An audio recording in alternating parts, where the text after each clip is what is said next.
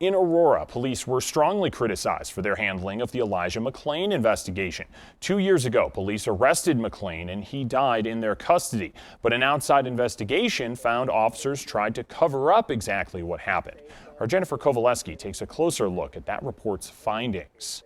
The city of Aurora just released this independent review into Elijah McClain's death. It comes more than a year and a half since he died in Aurora police custody. An interaction with officers captured on body cam video. No, I am an introvert. The 153-page report calls the investigation after his death flawed, going so far as to say the interviews major crimes conducted with the involved officers were neither probing nor objective. And, at times, questions appeared designed with, quote, magic language to exonerate the officers. Everything that they did to cover up their tracks is appalling. It's shameful for Aurora, Colorado. Shanine McClain is Elijah's mother. She says the report details much of what they already knew, but says it means her son can no longer be called a suspect. It proves that he is a good person. It proves that he does have a good character, and it proves that the police were totally out of line. The report found police never should have stopped McClain that night back in August of 2019. It said officers and the person who called 911 never identified a crime.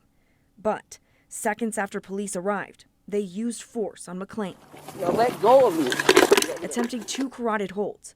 Shortly after, medics injected him with a heavy dose of ketamine, a dose our investigations uncovered, and the report confirms was way too much for McClain's weight. That's really why I wanted to have this review done. Councilman Curtis Gardner put a temporary ban on the use of the sedative in Aurora. He wanted to wait until the findings of this report. Do you plan to continue the moratorium? I think it's too early to say. I love him and I miss him. McClain's dad, LaWayne Mosley, says they miss him every day.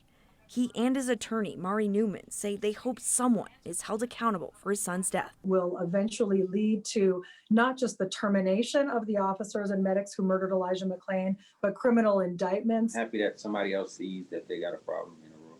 Colorado Attorney General Phil Weiser opened a grand jury investigation into McClain's death earlier on this year. The FBI is also reviewing that case. Since the investigation, state lawmakers are considering legislation to limit ketamine use and other chemical restraints.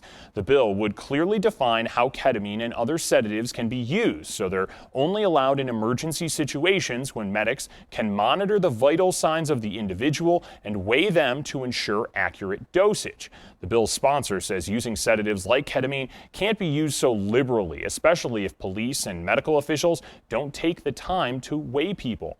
Police would be prohibited from using the substances or influencing their use. The legislation had its last hearing in the State House Judiciary Committee in late May.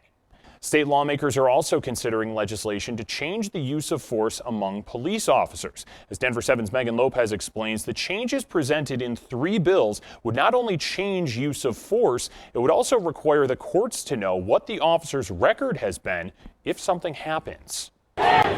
Nearly a year after the chance for change. Hands up! After Colorado passed one of the most comprehensive police accountability laws in the nation, once again state lawmakers are taking a closer look at law enforcement and their role in the community in the form of 3 bills. The first bill, introduced by Democrats, this bill is really kind of a cleanup bill for Senate Bill 217. changes the law for how officers are allowed to use deadly force. What we wanted to do was make sure that there was no confusion, that deadly use of force had to be used as a last resort. It also applies the changes from last year to the Colorado State Patrol and Colorado Bureau of Investigations. Qualified immunity will no longer apply to State Patrol. I'm proud to say the State Patrol supports that. The bill includes more rules around body cameras, but also allows for more due process for officers. Not everyone likes the legislation, though. The Fraternal Order of Police says it was surprised by the use of force changes. A separate bill introduced by Republicans does some of the same things. Senator Cook, tell us about your bill. Meanwhile, we'll be one of the first in the nation. A bipartisan group has brought a first-in-the-nation bill to change how agencies report potentially problematic officers. It stems back to the Brady List that tracks officers who may have credibility issues. An officer that lied on the stand or in a police report, an internal investigation, that goes to his credibility, his or her credibility. Under the bill, that list must be given to a district attorney to turn over to the defense to use in court cases. Some officers, though, do not live up to the high standard of their profession, and this bill is about holding those individuals accountable so that criminal defendants are treated justly. Police agencies have voiced support for that change. Law enforcement is 100% behind it because of that, because they want to be transparent. Not everybody agrees with all of the merits of all of these bills, but they say the goal is to hold Colorado law enforcement to a higher standard. Megan Lopez, Denver 7.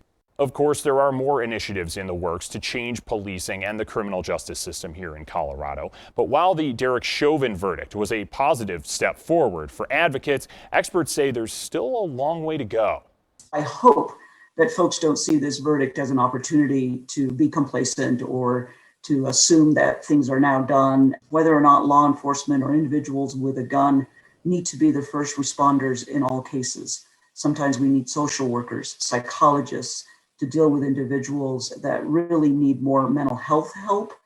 And a former district attorney hopes the public will not only see the Chauvin verdict as a turning point, but also as an opportunity for people and police departments alike to start trusting each other again. You don't have to suffer through the bad apples. The system can be there to help hold those folks accountable, and that should be liberating for them. I also hope it emboldens the community to move forward and feel like we can trust the system. That does it for this Denver 7 in-depth report. I'm Jason Grenauer. Remember, we're always on covering the latest developments when it comes to law enforcement, whether at the state capitol or in your community. You can watch part 1 of this in-depth report on police reform in the wake of George Floyd's death right here on the free Denver 7 Plus app. Just hit your back button to find it.